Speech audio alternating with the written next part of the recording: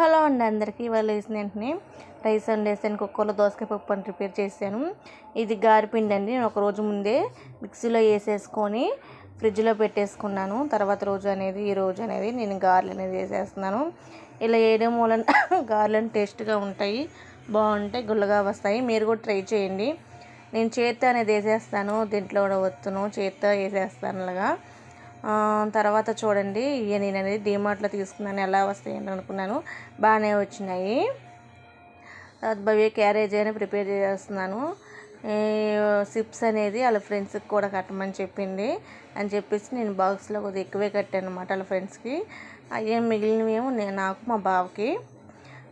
ఇలా క్యారేజ్ అనేది ప్రిపేర్ చేసాను అనమాట. క్యారేజ్ కట్టేశాను. తర్వాత భవ్య రెడీ అయ్యి స్కూల్కి బయలుదేరుతుంది.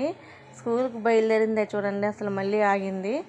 ఏంటని అడిగితేనేమో 10 రూపీస్ ఈ మమ్మీ అని అంది. ఎందుకనంటే ఇవ్వు మమ్మీ, నేను ఏదో ఒకటి కొనుక్కుంటాను అక్కడ అంది. సరే చెప్పి ఇచ్చాను.